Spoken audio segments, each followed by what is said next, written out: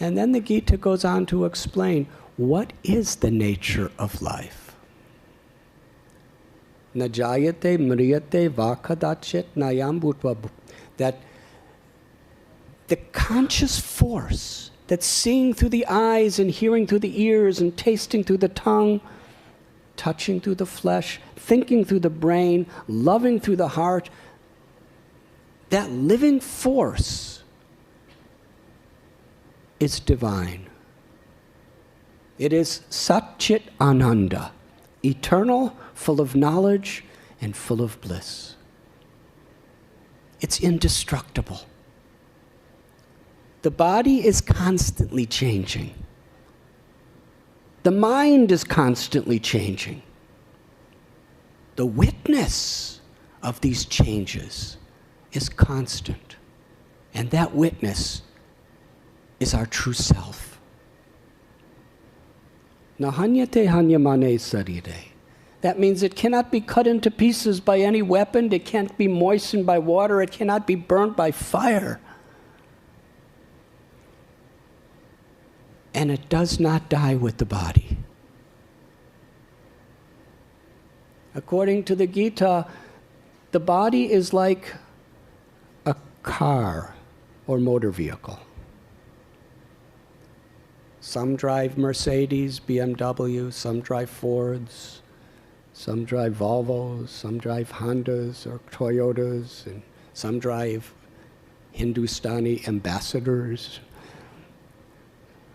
According to how much money we have and according to the choices we make, we get a particular type of car.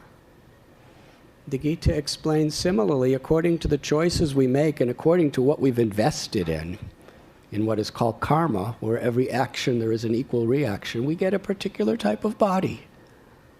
And there are so many different varieties of bodies.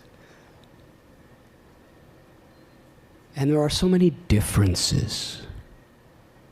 Differences in the ways religions describe things, their languages, their rituals, differences in habits and cultures, in ways of life, in physical appearances.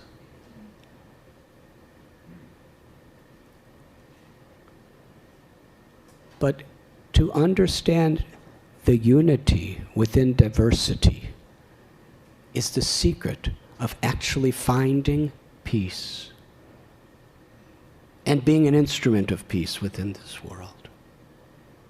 That Atma, or that living force, that soul, is the true self. And at the time of death, according to the Gita,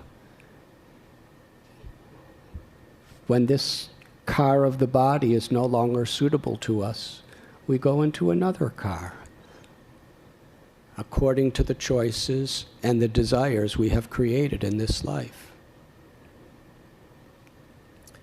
Human life is very special because we have such a vast capacity of free will.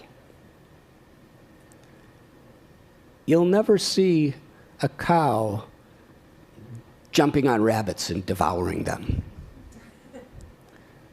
And you'll never see a tiger grazing on grass. Because they are programmed. You people are the best computer people in the planet, so you'll understand it better than me. Because they're programmed with a particular consciousness. But a human being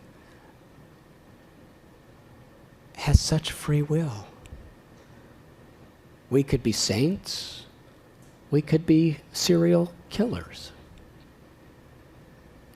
We could be envious. We could be everyone's well-wisher. We could be respectful and self-controlled, or we could be completely wild and impolite. But with that power of free choice comes responsibility. The Bible says, as ye sow, so shall ye reap. In the Vedic text, This is called the laws of karma. For every action, there's an equal corresponding reaction. But the soul, the Atma, is beyond all these things. But when the Atma, due to the ahankar, or the false ego, identifies with this temporary body and this mind, instead of understanding, I am in my body, when we think I am this body. I am observing life through this mind. I am this mind. There's a big difference. If we identify with it and forget our true nature, then we're deeply affected by every situation that comes to us. Yoga means to reconnect. And interestingly, the Latin word religio, which is the root of religion, means to bind back. They really mean the same thing. They don't mean just to be a particular sectarian group that feels that I have knowledge and nobody else does. Religion actually means to reconnect with our own essential self and with the grace of God, and to be an instrument of that grace in whatever we do. And when we make that connection with ourself, to understand our own eternal, pure, loving nature, then we can actually see it in everyone, in a dormant state. And then even nature, our environment, our ecology. When we're in harmony with ourselves, we'll be in harmony with nature. We'll be in harmony with each other.